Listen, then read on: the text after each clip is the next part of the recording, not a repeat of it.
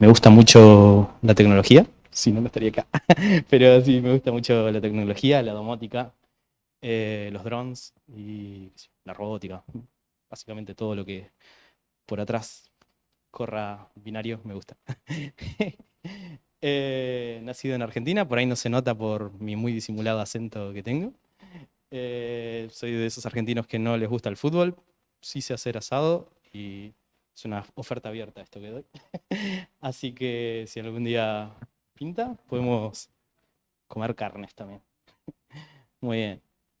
Así que vamos a hacer un repaso de lo que vamos a estar hablando en el día de hoy. Eh, y es, bueno, como lo dije al principio, vamos a maltratar un poquito a API REST, a RESTful. Vamos a hablar de mutaciones, query y subscriptions de GraphQL. Vamos a hablar un poquito de lo que más duele en REST, que es el overfetching y el overcalling. Y hablar de una de las ventajas que tiene GraphQL, que es el underfetching. Vamos a hacer un poquito de light coding, que creo que está muy interesante no traer solo una diapositiva, sino que eh, mostrarlo, lo fácil que es y el poco dolor que conlleva pasarse a esto. También para que vean que no solamente soy un fanboy, a pesar de lo que diga mi camiseta hecha por IA, eh, los problemas que puede traer GraphQL o en qué casos yo no optaría por elegir GraphQL. Voy a traerles un pequeño bonus en el cual espero que hagan todos. ¡Oh! ¡Magia! Sección de preguntas y la parte favorita de Murcia Dev, por supuesto, el snack time y networking con cerveza. Muy bien. Eh, bueno, cuando a todos nos piden que empecemos un desarrollo, normalmente lo primero que pensás es cómo conecto, cómo interfaceo con el frontend, ¿no? Y ahí es cuando sacamos la vieja y confiable API REST que siempre nos acompañó, que es bastante moldeable, que te puede servir para lo que tú quieras hacer. Pero tiene sus defectos. Hay que, hay que aceptar que cuando uno quiere usar RESTful en su plenitud en el día a día, cuando la API se empieza a hacer más compleja, decís, y RESTful dice que hagamos esto, pero después te encuentras con casos donde haces un get, haces un search con un post y ahí te sientes sucio, ¿no? Que no estoy cumpliendo con lo que dice el sagrado RESTful. ¿Por qué? Porque si no terminamos haciendo URLs kilométricas en las cuales debaguear eso es incomprensible, es inmantenible. Pasarle eso al equipo de QA a veces es un dolor de cabeza y dices, bueno, lo meto en un body, hago un post y que ese post se convierta de golpe en un get y ya está. Muchas veces nos pasa que queremos llamar al mismo recurso, pero con leves diferencias, porque a veces hay temas de performance que tú dices, necesito un listado de usuarios, pero solamente necesito el listado de usuarios, no necesito todas las propiedades de los usuarios. Entonces tú tienes dos recursos, dos listados de usuarios, dos endpoints distintos, en los cuales los tienes que diferenciar. La documentación empieza a engordarse y todavía no empezaste a trabajar de negocio, todavía sigues en el pequeño CRUD de usuario. Y bueno, hay una, hay una cosa eterna que sucede con REST y cuando trabajas en equipos grandes suele suceder de que generar el contrato, ¿no? Donde el backend, el equipo de backend y el equipo frontend se tienen que poner de acuerdo en sellar ese contrato y a veces el equipo frontend medio que se olvida de que hay algunas partecitas que iban a necesitar y no tienen de dónde sacar el dato. Por ahí no corresponde realmente con el modelado de backend las cosas que quiere mostrar el frontend, entonces tienes que ponerte de acuerdo con eso de back for frontend y cosas así, y empezás a armar metodologías de trabajo exclusivamente para que todo esto funcione, ¿no? Y implica hablar mucho. Em, Y bueno, y esto, en todos estos años, get, post, put, delete, etcétera, está claro hasta hasta que deja de estar claro, hasta que alguno le dice, ¿esto porque es por qué esto es un put? ¿Por qué es idempotente? Ah, ¿y esto? ¿Y esto es un post? ¿Por qué? Y porque lo tenía más fácil de escribir post que put. Y queda así. Y terminamos con una API difícil de mantener, difícil de explicar y a veces difícil de usar, ¿no? A todo este dolor llega GraphQL y vengo a explicarles básicamente qué es GraphQL. Mi motivación para hablar de ello es que no hay buenos videos en YouTube de esto. Y cuando entras a la documentación de GraphQL me parece que es complicada de entender, o por lo menos muy difícil saber por dónde empezar en esto. Y, y una de las cosas que a mí me hubiera gustado saber apenas entré es que alguien me aclare esto de principio a fin, que esto es lo más importante, ¿no? Es un lenguaje de consulta para APIs. Ya está. Podríamos terminar aquí, ¿eh? Podría decirles que es eso. Es simplemente un contrato prearmado, por así decirlo, en la cual siempre vamos a manejarnos de la misma forma. GraphQL no deja de ser un post constante, ¿sí? Usa siempre el método HTTP post. Es un solo endpoint, no hay más endpoint. Y, y un poco lo que te trae, ¿no? Es un nuevo mindset en el cual tienes que empezar a dejar de pensar en endpoint y empezar a pensar en entidades, en funciones, ¿sí? En funciones que expone el backend, tú como frontend, y tú como backend empezar a pensar en entidades que expones al frontend. Entonces te puedes concentrar más en tu negocio, en hacer la parte del negocio, que después de todo lo que tú ya dictes que debe ser expuesto, será expuesto independientemente de si le tienes que dar mantenimiento o crear nuevos endpoints o algo de eso. Te olvidas de todo eso. Tú simplemente dices, tengo la interfaz usuario, la expongo, declaro cuáles son los niveles de permiso, los niveles de acceso, cómo voy a hidratar, cómo voy a hidratar las propiedades que tiene usuario. Y me preocupo exclusivamente por el negocio y no por la comunicación con el que consuma mi aplicación.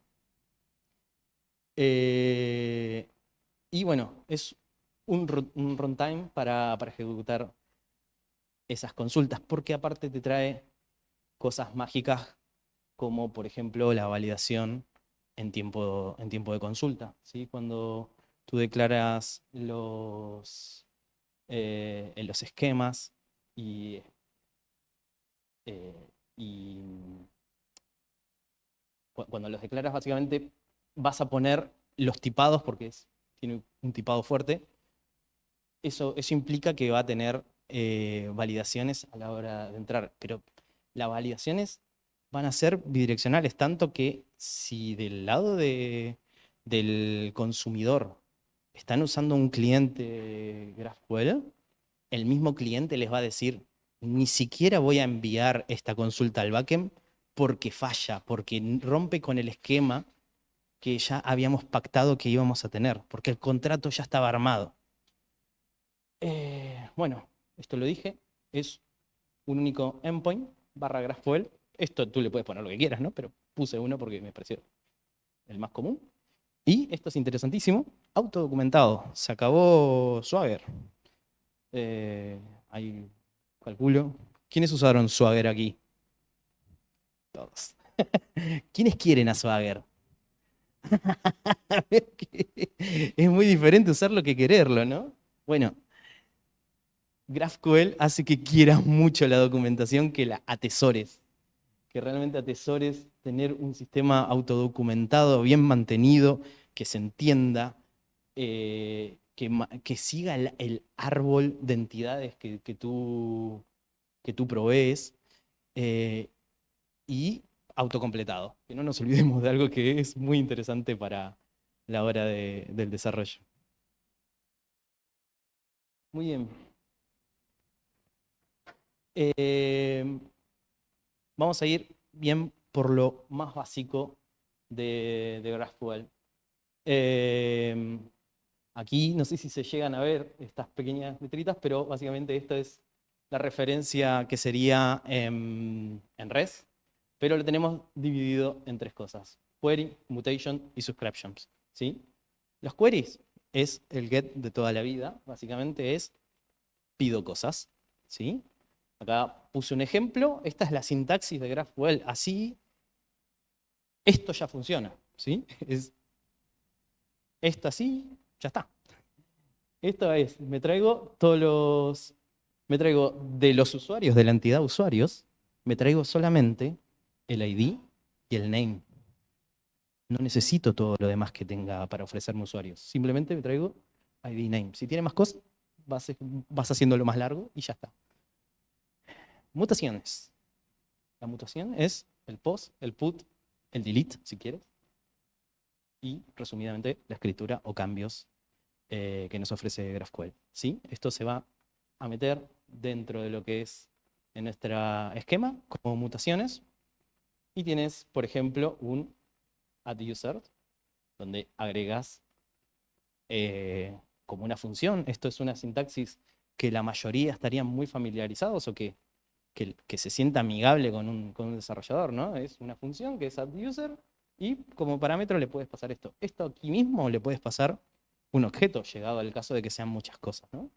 Y lo más interesante, ¿qué quieres recibir? Ok, yo creé un usuario.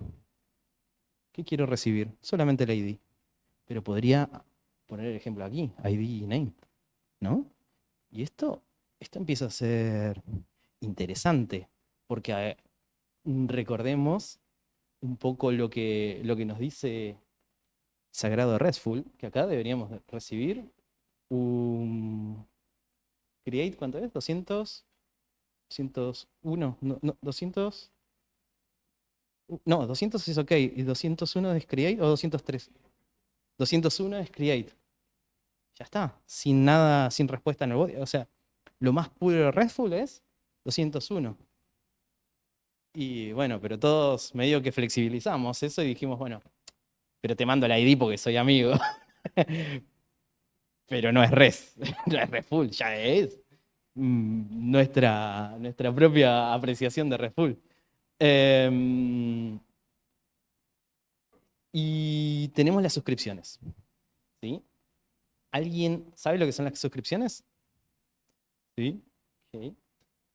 Este es el real time de GraphQL, ¿sí? Tú no tienes que configurar nada. Dado que los clientes de suscripción de GraphQL, como la parte de servidores, como tanto la parte de backend como la parte de frontend, todo este tema ya lo tienen medio resuelto. Una de las grandes cosas que podemos tener, que bueno, yo aquí puse WebSocket, pero la implementación de cómo va a ser el real time de las suscripciones es medio mágico, porque lo puedes elegir, puedes ponerle que elijas, quiero usar siempre WebSocket, o puedes decir, tú fíjate lo que está disponible del lado del servidor. Si está disponible WebSocket, vamos con WebSocket. Si quieres hacer fetching y varias estrategias de cada vez más horribles se pueden hacer, o puedes implementar tu propio sistema si estás loco, por ejemplo. Es una buena cosa que también puedes hacer, pero si quieres puedes implementar tu sistema de eventos en tiempo real. Y una suscripción mantiene bastante la estructura del resto, ¿no? User added es el nombre del evento, ¿sí? Que se ejecuta del lado del backend. Y esto mismo tú lo levantas desde el cliente, desde el frontend, y vas a poder ver la información de lo que te provea, ¿sí? Como aquí siempre lo que te va a devolver va a ser un tipo fuerte, tú puedes saber a qué cosas, a qué propiedades puedes llegar a acceder. ¿Hasta aquí alguna pregunta? Vamos claro, ¿no?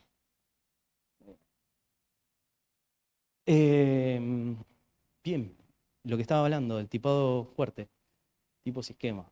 Aquí me hizo un tipo, que es un tipo usuario, ¿sí?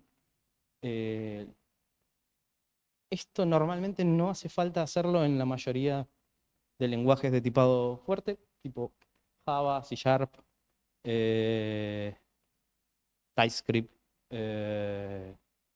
y etcétera, que tengan alguna librería preparada para GraphQL, porque normalmente el tipo lo hace sincronizado con tu clase o con el tipado que tenga el lenguaje en sí, ¿no?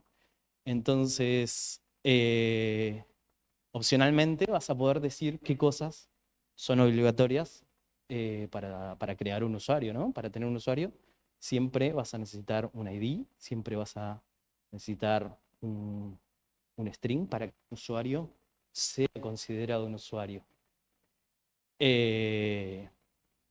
Un usuario es como la entidad en sí, pero no significa, por ahí, con este ejemplo, que sea un usuario de entrada, ¿no? La creación de un usuario podría ser un input user o alguna cosa así.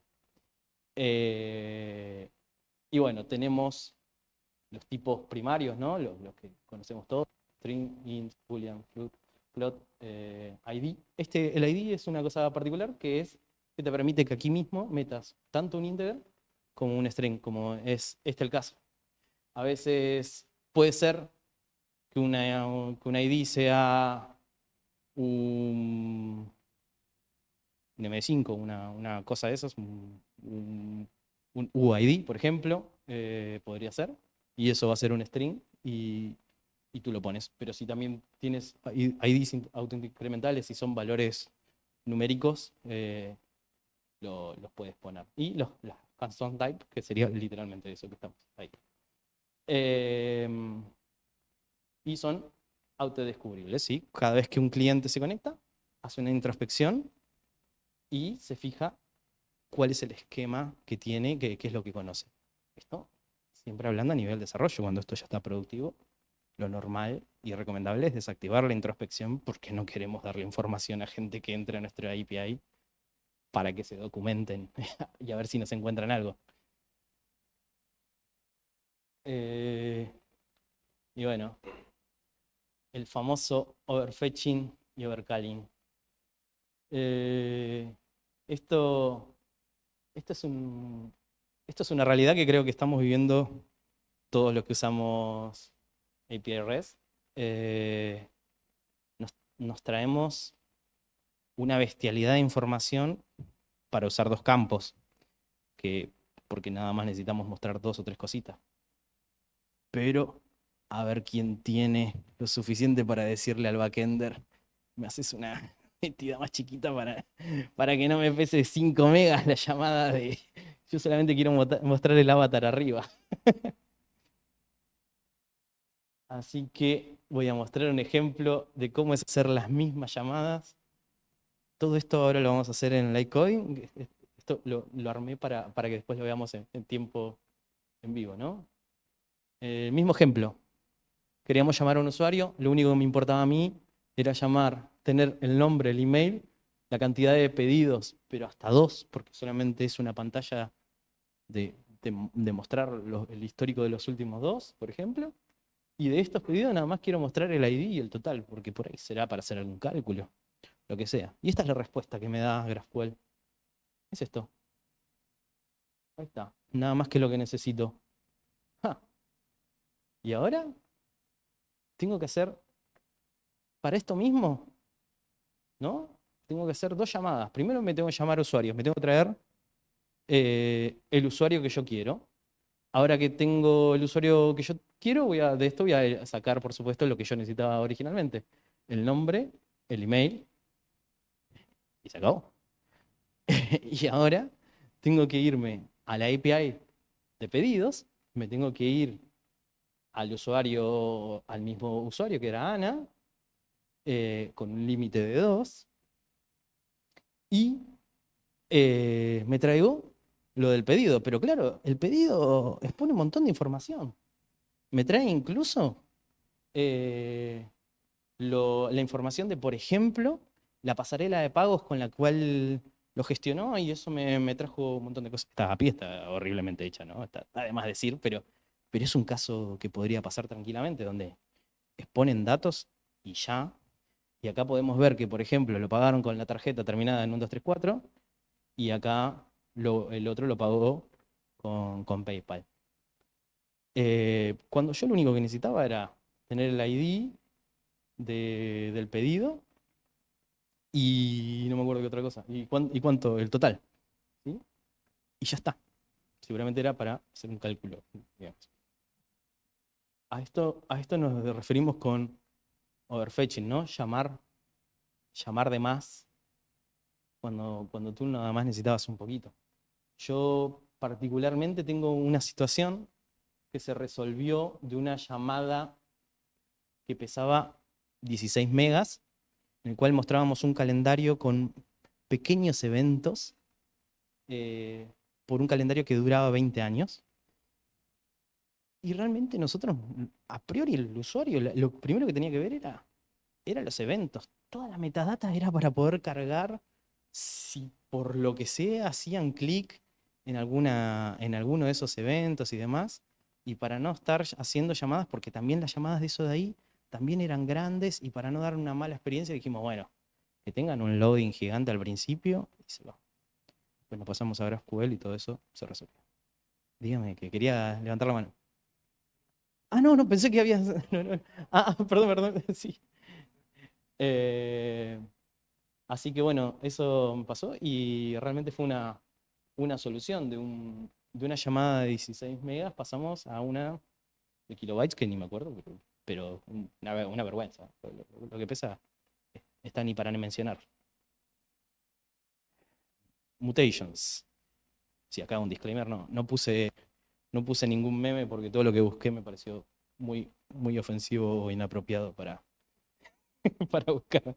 No busquen mutations solo en Google. Imágenes, por favor.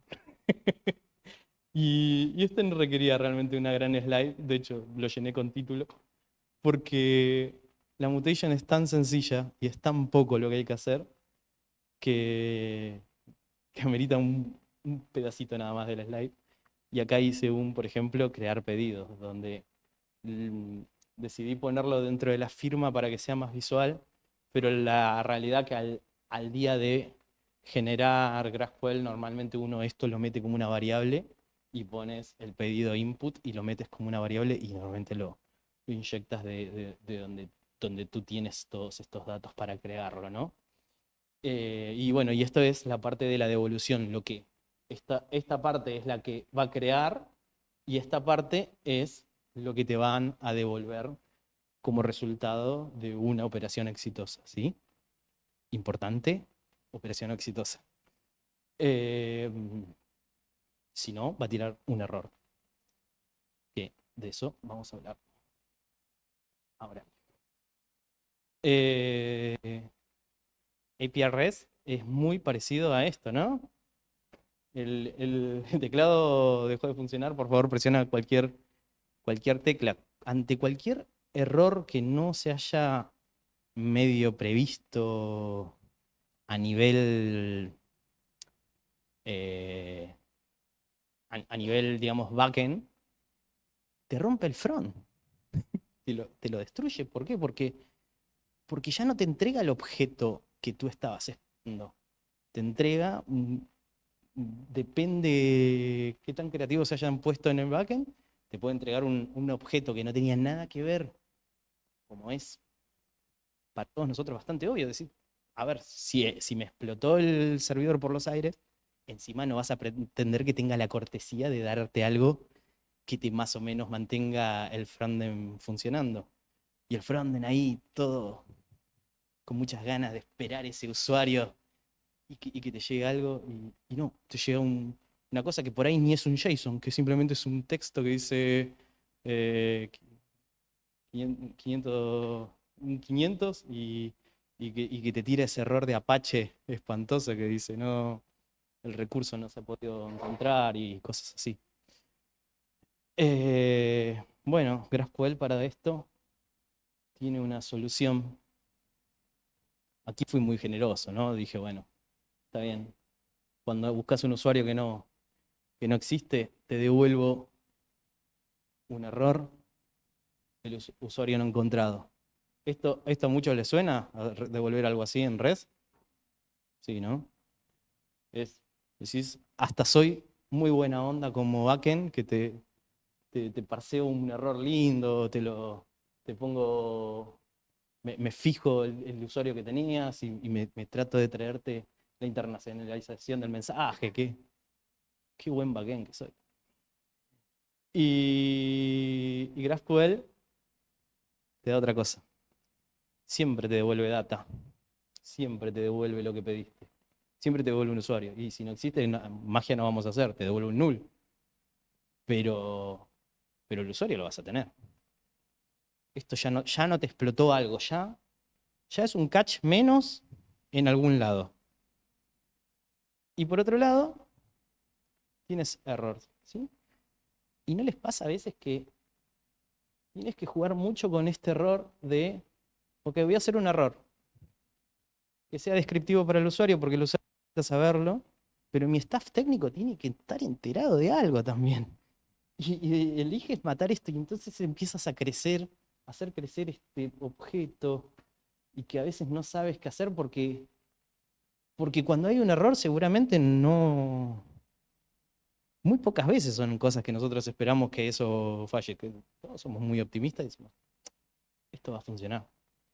Entonces, no tenemos como muy previsto a veces de meter un Star Trek acá, Star Treks acá es medio tricky, y si lo pongo o no lo pongo, y a veces lo pones y el frontend dice, voy a agarrar esto y al primer objeto que vea, directamente lo muestro en un mensaje. En ese error que no tenías tú relevado en backend, decidiste no ponerle el objeto de error. Y el frontend agarró el primer elemento que pudo encontrar o lo único que pudo mostrar y ahora estás mostrando mm, propiedades del servidor, cosas muy raras eh, en un pop-up que no se entiende, que es imposible de leer. Bueno, siempre GraphQL en su respuesta te va a dar data y errors, aunque errors esté vacío.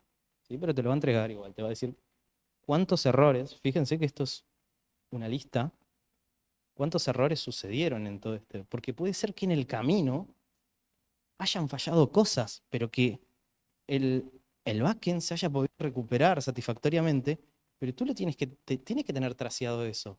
Imagínense que en el medio de un pago, el pago se hizo efectivamente bien, pero en el pipe del pago, el usuario reintentó, hizo cosas y demás, y tú quieres demostrar eso en el frontend, de que cómo fue tu camino hasta que estás hoy con ya tu producto en mano, con tu producto pago. Bueno, primero fuiste, metiste una tarjeta sin saldo y te rebotó el primero o te equivocaste de número. Entonces lo vas poniendo aquí porque este stack va quedando. Hasta que se aprobó ese pipe y puede llegarte con todo esto, tú puedes alimentarlo tanto como sea posible. Y por otro lado tienes el lado técnico, donde tienes un mensaje, ¿sí? Esto es una propiedad Camstone, ¿no? Donde tienes un mensaje, usuario no encontrado, ¿sí? Esto le vas a agregar la internacionalización, le vas a poner en el idioma lo mismo que hicimos aquí. Pero aquí tienes, por ejemplo, algo que está muy interesante, que esto sí ya viene medio por default, que te dice en dónde falló. ¿Cuándo? Cuando quisiste pegarle al path usuario. Parece simple, pero a la hora del debug es magnífico. Y lo vas a hacer crecer bastante esto a medida de que lo vas usando. Así que ahora vamos a hacer un poquito de light coding, esto mismo que les mostré, pero vamos a rogar porque no me falle en vivo. Y Y bueno, antes de que me siente ahí, les quiero preguntar si tienen alguna duda, algo que les gustaría que amplíe. No, vamos para allá.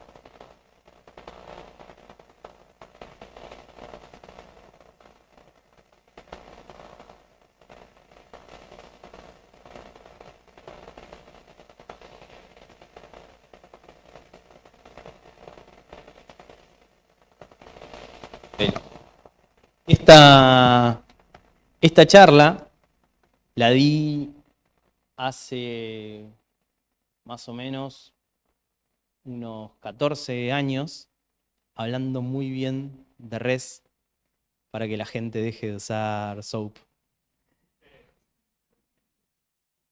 Y en ese momento no incluí esta misma diapositiva diciendo cuándo no debería usarlo. Sostengo, lo sigo sosteniendo, que no deberíamos usar SOAP. Pero bueno, pero sí es cierto que GraphQL, como a su vez trae en runtime evaluaciones, validaciones y algunas cuantas cosas, limitaciones, configuración y un montón de cosas, pasa como con cualquier librería, como con cualquier framework, donde lamentablemente trae un overhead que no siempre necesitamos. Configurar bien GraphQL no es algo que lo pones y sale funcionando, porque como dijo aquí el compañero, te pueden reventar bastante feo la API de GraphQL. Así que si tienes una aplicación muy simple, y qué sé yo, si tienes 3 endpoints, dejá los 3 endpoints, ya está. No va a madurar eso, va a quedar ahí.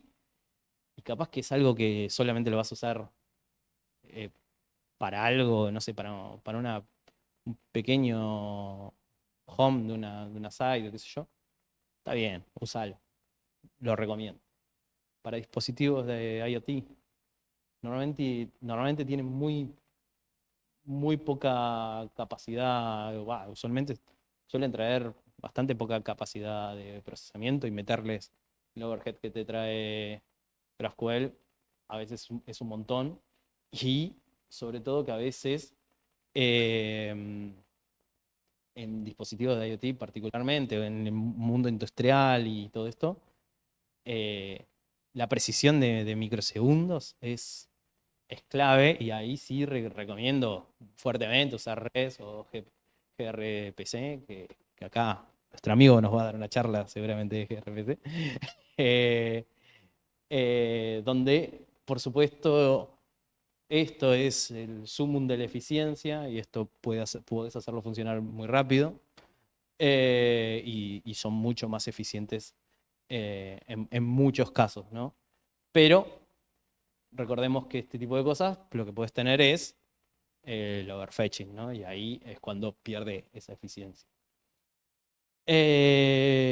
Streaming de archivos grandes o binarios. Esto, fíjense que lo puse con una letra un poco más chiquita, más grande que el resto. Con esto me he estado tirando. Tuve un problema muy grande para hacer esto, particularmente, streamear binarios. Se me ocurrió, dije, pará, si ya tengo el, el en vivo, ¿no? Puedo pushear cosas, mando, mando binarios y puedo empezar a hacer magia. ¿Qué pasa con los videos?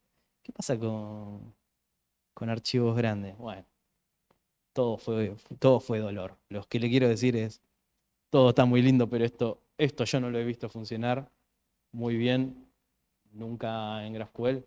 No sé si es los lenguajes que he utilizado, no sé si son las librerías, por ahí tengo mala suerte, pero esto yo no lo he visto funcionar bien nunca particularmente.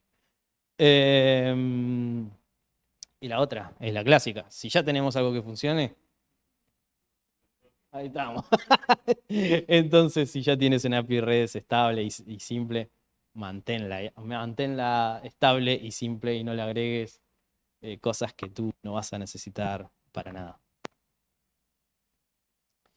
Y, les traigo un bonus, que es cuando yo espero aquí que me digan, ¡wow! Que acá sí quiero que se sorprendan todo, porque es un poco lo que todos esperaban de GraphQL y GraphQL no lo hacía, pero vino algo llamado Ashura a cumplir nuestros deseos realidad, a todos los emprendedores y a los que queremos sacar un MVP de forma mágica y sin no code y toda la magia del mundo. Así que voy a compartirles Ashura.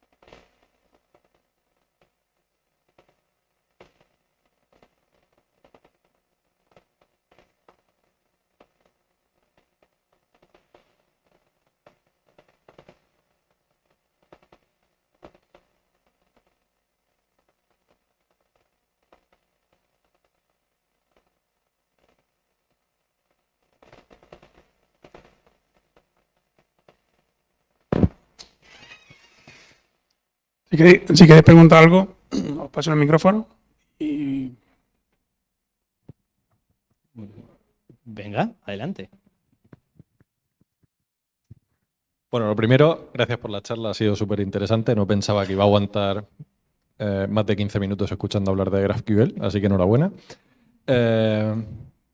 Bueno, mi pregunta está relacionada con... Bueno, antes de nada decir que Asura fue uno de los motivos por los que dejé mi último trabajo, así que gracias también por eso. Y está relacionado con esta pregunta precisamente, y es, vale, GraphQL es maravilloso cuando tienes que diseñar un MVP, cuando tienes que entregar algo rápido, cuando no tienes una lógica de negocio compleja, pero ¿qué pasa en el momento en el que empiezas a pensar en event driven, en el que empiezas a pensar en operaciones asíncronas, en el que empiezas a pensar en una arquitectura un poco más compleja y te ves atado en la capa de infraestructura a tener que utilizar unos resolvers utilizando mutations y estás completamente atado a esas queries a través de GraphQL que te está tirando un front que no sabes ni de dónde vienen ni cómo te van a llegar mañana y tienes que hacer operaciones con cierta complejidad, por ejemplo, para notificar a tus usuarios que se realiza un pedido de forma asíncrona. Esto está excelente la pregunta. No estás limitado literalmente a ningún tipo de arquitectura. No deberías meter los resolver realmente en la capa de infraestructura, según yo lo pondría, claramente no lo pondría en la capa de infraestructura. Para mí no comparte, no tendría que compartir la capa con la que tú estás más cercano a la base de datos. Se supone que GraphQL lo tienes que poner por antes del negocio y el GraphQL, los resolvers, llamar a tu negocio y tu negocio hacer la movida que tenga que hacer y en alguna otra capa se tiene que ir a la capa de datos, en la capa de infraestructura, y eso tiene que volver a pasar por el negocio y ahí se gestiona el resolver. El resolver no tendría que ser otra cosa más que controlador. De la misma forma que gestionas un controlador, tú lo puedes dejar abstracto a tu infraestructura. Realmente eso es algo que incluso podrías alinearlo con lo que ya tengas hecho en red. O sea, si tienes una infraestructura hexagonal, por ejemplo, y demás, podría ser una nueva forma de comunicarte con un endpoint. No, no estás limitado para nada. Es simplemente una nueva forma. De hecho, no lo hice, pero podría hacerlo, pero se iba a volver muy largo. Iba a ser otro gran wow de la charla, podría haber sido de que esto podría ser un post directamente, un post o un cur directamente a la API de GraphQL y sería totalmente válido para que veas que simplemente, a ver, lo voy a hacer, ¿eh? Un segundito. Dale, dale.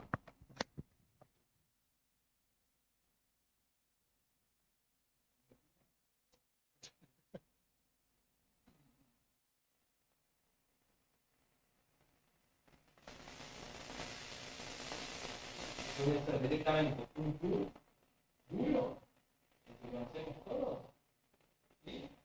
Y vamos a hacer ¿sí? Lo mismo que veníamos haciendo, pero por duro. Este es el cur que conocemos todos. Enter. No necesité instalarme ninguna librería, ¿eh? Porque no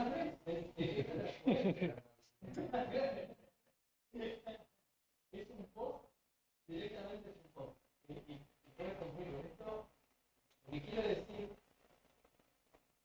Y de hecho, nos sucede, tenemos un proyecto donde estamos obligados a usar .NET 4.5. ¿Se pueden imaginar de que nadie para .NET 4.5 hizo la librería de GraphQL? ¿Por qué no? Porque no hay gente tan loca. Bueno, nosotros somos esos locos. Estamos tan fanatizados de usarlo para muchas cosas y nos resuelve tanto tiempo de desarrollo es que los tiempos de desarrollo que nos ha quitado son grandes, o sea, es una cosa que se nota, que decidimos hacer nuestra propia librería de GraphQL para .NET 4.5 y tenemos una versión, pero ¿qué es lo que hicimos? Dijimos, esto está over HTTP, es simplemente nosotros hacemos los parseadores y todo eso, y toda esa capa la metimos en una que era una API REST de toda la vida, y conviven las dos cosas. Y seguimos dando soporte y no nos caen bombas todavía. Así que vamos bien. Genial, gracias. Ahí te pasan el micrófono. Ahí te dan el... Ahí va. Que no me gusta el micrófono, se ve muy sensual esto, ¿no? Ya que hablas de .NET, hay una estructura en .NET muy interesante que se llama el iqueriable. No sé si la conoces. No. O sea, en las últimas versiones, los iqueriables son como o sea, tipo de dato consulta, que tú envías la consulta como tipo de dato y el backend te manda lo que tú le pides. Eso es .NET. Usando Entity Framework Core. No sé si has oído hablar de Entity Framework. Sí. Entonces, una consulta normal a un backend te traería todos los datos, pero esto te facilita a ti porque tú nada más traes los datos que pides. Entonces, esta estructura combinada con eso, precisamente por la pregunta que hizo él de que está supeditado a la consulta. O sea, a GraphQL tú le puedes enviar la consulta y él mismo ejecuta la consulta. O sea, es bastante interesante probar eso. O sea, se me ocurrió ahora por la pregunta que él hizo, pero estoy supeditado solamente, pero si yo le mando como dato la consulta, y ejecuto la consulta, obtengo mayor rendimiento. No sé si me hago entender lo que quieres decir. Era más que pregunta, un comentario que me parecía interesante. Así como lo hacía Azura. Yo no entendí la pregunta, te voy a decir la verdad. Es que... O sea, sí, o sea, tú como en vez de pasarle a un usuario, le mandas una query. Y esa query que le mandas, la ejecutas dentro de donde tú estabas ejecutando las queries. En .NET. O sea, ni idea. La respuesta a eso es no tengo idea. no, No. como habías hablado de .NET 4.5, pensé que conocías esta estructura de los iqueriables. No, lo hace gente por mí, eso yo Bueno, no lo hice. Yo bueno. simplemente obligué a alguien que lo haga. Bueno, gracias. Pero ellos querían, ¿eh? Ellos querían.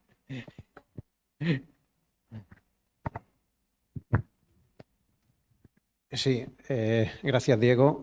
Una pregunta sobre un tema que has comentado cuando estabas explicando problemas de REST, en este caso el versionado, que estábamos comentando eso, que a través de la URL, V1, V9, V9 punto lo que sea.